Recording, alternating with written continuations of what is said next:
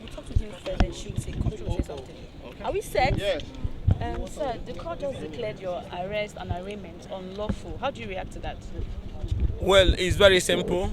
I want to thank God Almighty for today's freedom. When I was coming, I already had that there's plan that if I lose, I'll be rearrested and charged again. But I want to thank God Almighty and also thank the judiciary for standing firm, and also my lawyers and my people, both in the opposition coalition, the CUPP, and both the people who come all the way from our federal constituency, that or not. But it's important you understand that today's victory is not just about me.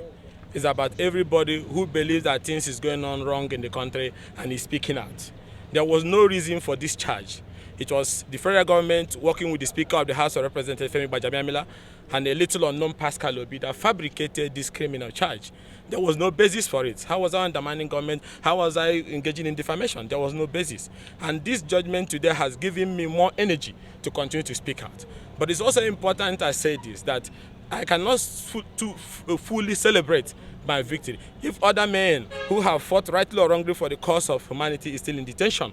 And that is why I'm using this opportunity to call on the president to listen to voice of reason, to our elders, and use diplomatic channel to stop the current detention of Nnamdi Kanu. Like I said earlier the other day, there is no basis for the detention of Nnamdi Kanu. And for us to commence the process of national healing and reconciliation, you need to release Nnamdi Kanu unconditionally, and then we can start engagement. And it's important. Many people ask me, why do I keep saying this? I'm saying it because when this problem started, if the president has reacted by addressing those issues raised by Nnamdi Kanu, raised by Sunday Igboho, securing lives and properties and treating every segment of this country equally, there will not have been any reason for those agitations. So the failure is on the part of the president, not those people who try to do something. And that is why I say, going forward, for peace and reconciliation to start, these men, both Sunday Igboho and his supporters who are in detention, both Nnamdi Kanu, need to be released unconditionally. And for those who fabricated this charge, I can tell you that come 2023, you are going to have your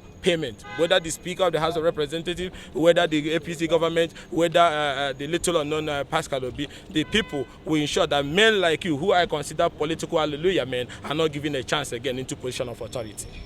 Thanks for checking out SYMFONI on YouTube.